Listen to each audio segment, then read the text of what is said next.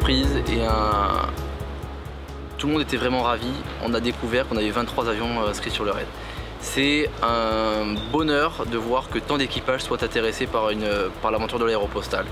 Donc cette année, 23 équipages, 70 personnes ont fait le périple. Ça a été beaucoup de très dur administrativement pour y arriver, mais on y est arrivé. La logistique a suivi, tout va bien.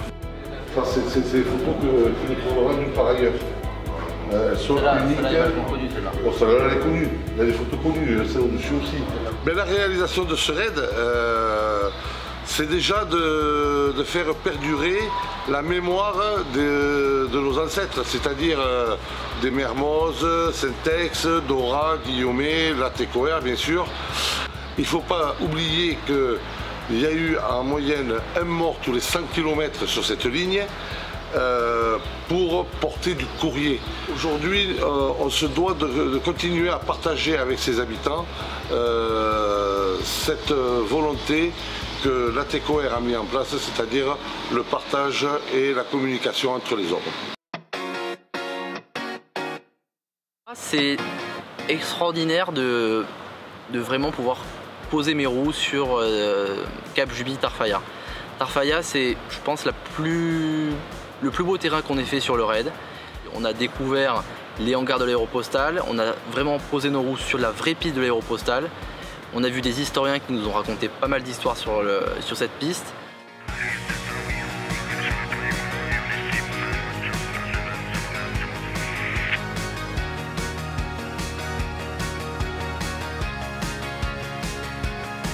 Alors je crois qu'on est arrivé à Nouakchott, si je ne me suis pas perdu, mais vu le nombre d'avions, ça doit être ça.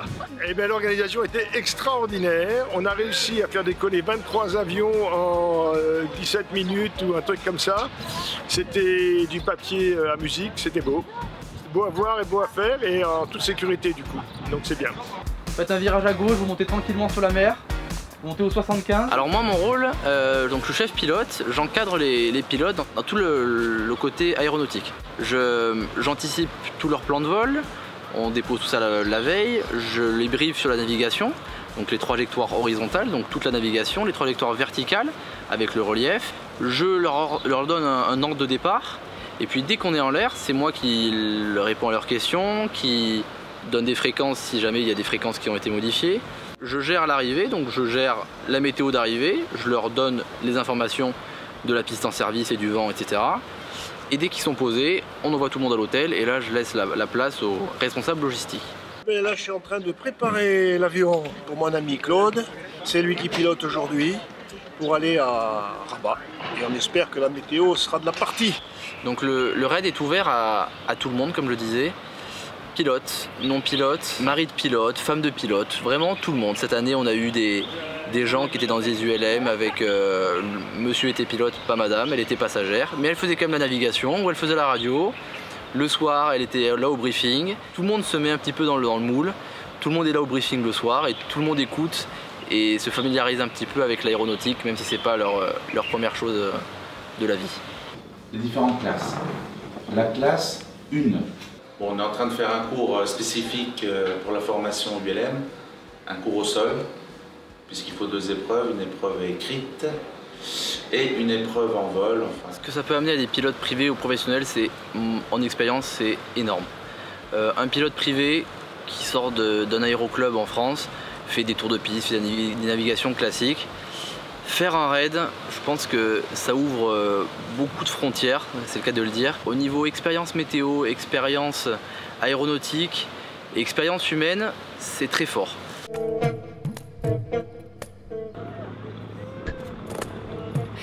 C'est quand même chouette d'être dans un équipage féminin, ça change un petit peu. L'avion, on aurait pu penser qu'il était moins lourd, mais comme on est plus nombreux, est quand même un petit peu lourd. Mais sinon, à l'intérieur, ça se passe très bien. Je nettoie l'aile, c'est pour des questions de portance. Plus l'aile est propre, plus on a de portance. C'est un avion qui est quand même sensible à la saleté sur les ailes, donc il faut vraiment qu'on ait des ailes propres.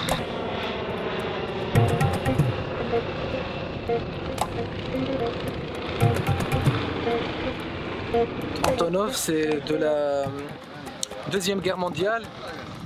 Donc il est très ancien. Donc c'est l'histoire de l'aviation. Et c'est vraiment très beau de faire un vol avec cet avion qui est très ancien. Ou sinon devant on peut sortir, si toutes les portes sont fermées, on peut sortir aussi par le poste de pilotage, d'accord? D'accord. Pour attacher, ça va, c'est bon?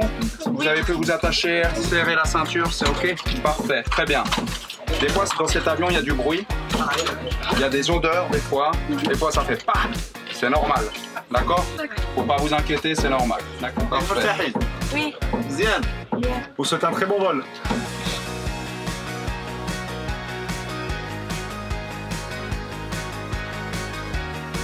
Alors, la petite elle a eu un peu peur, mais après ça s'est bien passé parce qu'elle a compris que c'était pas dangereux, donc ça s'est bien passé. Et là on a le champion qui a pas du tout eu peur. Alors lui, je crois que c'est peut-être un futur pilote. On est vraiment fiers de tous les deux.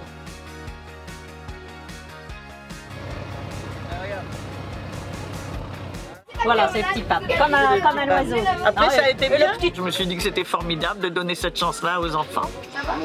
Pour la plupart d'entre eux, ils ont peut-être même jamais vu d'avion et surtout, ils ne sont jamais montés dedans. Et puis, je ne sais pas quand ils remonteront. Voilà, donc je trouve que c'était une très très bonne idée.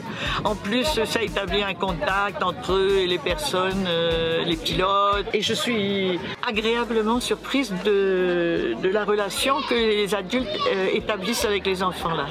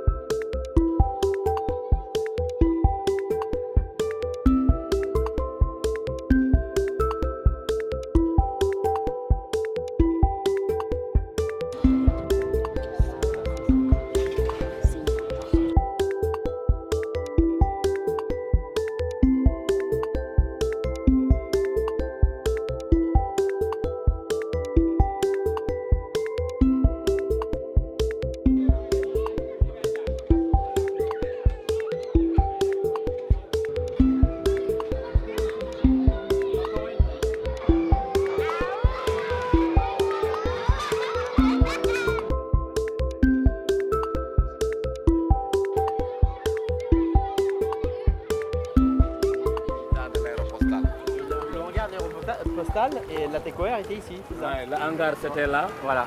Là, c'était la descente de l'hydroavion. C'est ça. Et un peu plus loin, tu as le macadam où on réparait l'hydroavion parce qu'il y avait un grue qui le tirait jusque là-bas. C'était important pour les gens de l'époque d'avoir le courrier? Mais je te dis, dès qu'un courrier s'arrête, c'était comme un cœur qui s'arrêtait. Donc c'était important. À l'époque, il y en avait pas mal de blancs qui étaient ici et qui voulaient recevoir les courriers. Et M. Mermoz a osé. Tu as vu, traverser même jusqu'à périr en mer.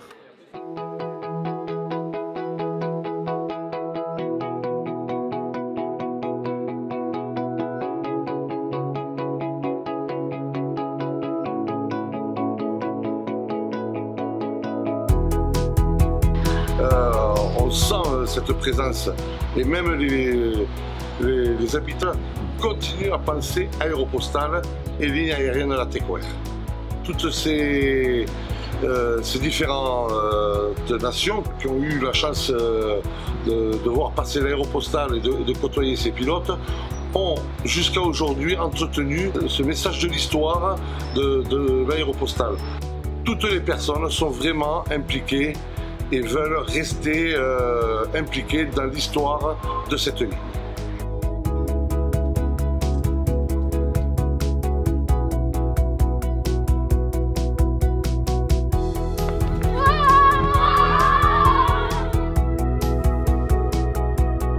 Ces gens-là, c'était leur père, quoi. Il y avait un courage, une audace, il fallait le faire et ils l'ont fait. Et vraiment bravo à eux, bravo à tous ces gens-là qui nous ont laissé ces traces-là. C'est une histoire française, c'est notre patrimoine culturel et c'est absolument fabuleux. Travail, et Tango Bravo passe les 15 nautiques et on estime noix de choc à 8h39.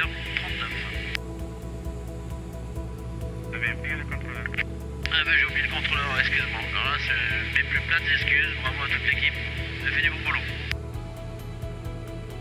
gars. Merci beaucoup. Bravo, confirmé Noachok. Noachok à 39.